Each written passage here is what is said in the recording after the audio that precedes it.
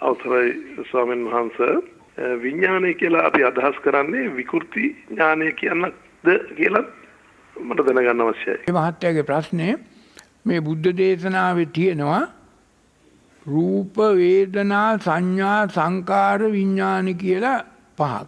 මේකේ අවසානම වචනේ විඥානය. එතකොට මේ විඥානය කියන එක බුදුහාමුදුරුවෝ ත්‍රිපිටකයේ දේශනා කරලා තියෙනවා. මේ විඥානය විඥානං අනිදස්සනං දූරං ගමං ඒකචරං ගුහාසයං අසසරීරං. බුදුහාමුදුරුවෝ එදා මේ විඥානය විග්‍රහ කළා ලොකු විස්තරයකින් කරුණු ගානක් අය කළා. ඉතින් ඒක නිසා මේ විඥානය අනිදස්සනං නිදර්ශනයකින් බුදුහාමුදුරන්ට එදා කියන්න බැරි වුණා. කිව්වේ නැහැ. කියන්න බෑ. ඒ නිසා විඥානං අනිදස්සනං දූරං ගමං. දැන් ඔබ අද මෙතන දැන් මේ මොහොතේ මෙතන ඉන්නේ. ඔබේ ඔය විඥානය ඔබේ දැනුම ඔබ දැන් අපි හිතමුකෝ ඔබේ ගෙදරට මේ මොහොතේ යවන්න පුළුවන් දූරං ගමං. ඔබට එක පාට ඔය විඥාණයෙන් ඔබේ ලාච්චුව වහලා දාවි යතුරු දාලා දාවි යතුරු එතන කටේද ඔබේ අර දරුවෙක් ඉන්නවා නම් ඒ දරුවා එක්කගෙන ආවි නෑ දැන් දරුවා මොකද කරන්නේ දරුවා ගැන හිත යවනවා. ඒ වගේම ඔබේ ඥාතියෙක් සහකාරයෙක් ප්‍රියෙක් ඒ වගේම ඔබේ තරහකාරයෙක් වෛරකාරයෙක් ඉන්නවා නම් ඔබ ওই විඥානේ යවනවා. දූරං ගමං ඒකතරම් තනියෙම යනවා.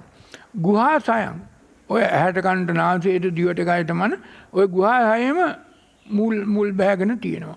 ඒ වගේම මේක අසසරීරං මේක මේ නාම කයක් නෑ මේකේ. මේකේ තියෙන රූප කයක් පමණයි. අසසරීරං කිව්වේ ඒකයි.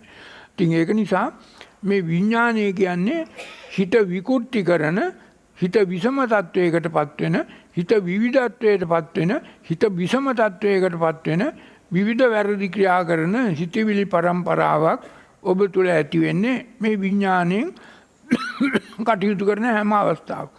ඔබ ප්‍රඥාවෙන් කටයුතු කරනවා නම් ඔය විඥාණයෙන් කටයුතු කරන්නේ නැහැ. ඒ විඥාණයට වඩා හාත්පසින්ම අනිත් පැත්ත පැහැදිලි පිරිසිදු පැත්ත පඤ්ඤා කියන්නේ ප්‍රකෘති ඥානය. විඥා කියන්නේ විකෘති ඥානය, විෂම ඥානය, විවිධත්වයටපත් වෙන ඥානය.